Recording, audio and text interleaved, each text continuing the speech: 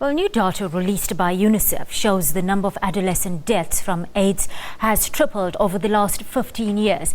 AIDS is the number one cause of death among adolescents in Africa and the second leading cause of death among adolescents globally. Well, for more on that, we're joined on the line by Anurita Baines, who's the UNICEF Regional Director for Eastern and Southern Africa. Good afternoon, Anurita, and thank you for your time on the News Today desk.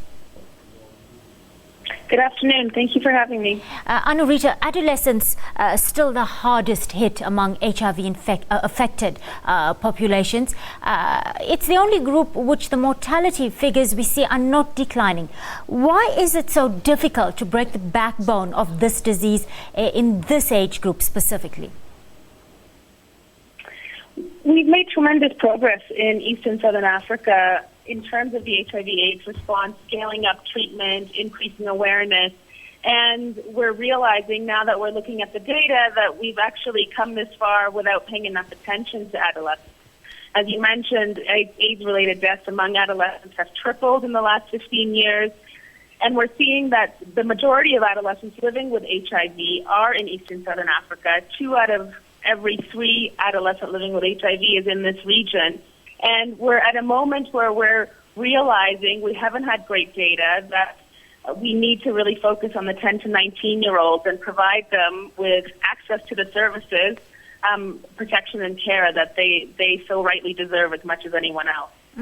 Anurita, in sub-Saharan Africa now, we're seeing the highest prevalence coming through, and it's still our girl children that are more affected, that is accounting for 7 in 10 new infections, we understand, among this very age group you're mentioning, 15 to 19-year-olds. So countering the girl child's vulnerability is key in this fight right now, isn't it?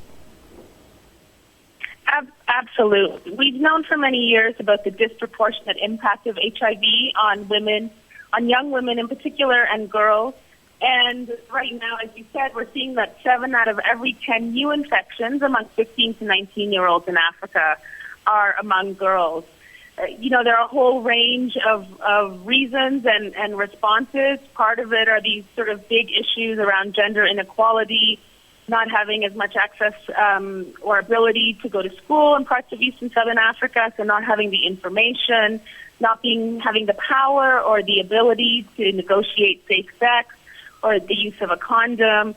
And I think it's just a reality that's hitting us, right in the face, and it's just reminding us that our response absolutely has to focus on informing, educating, empowering girls and young women, working with them and hearing about their issues.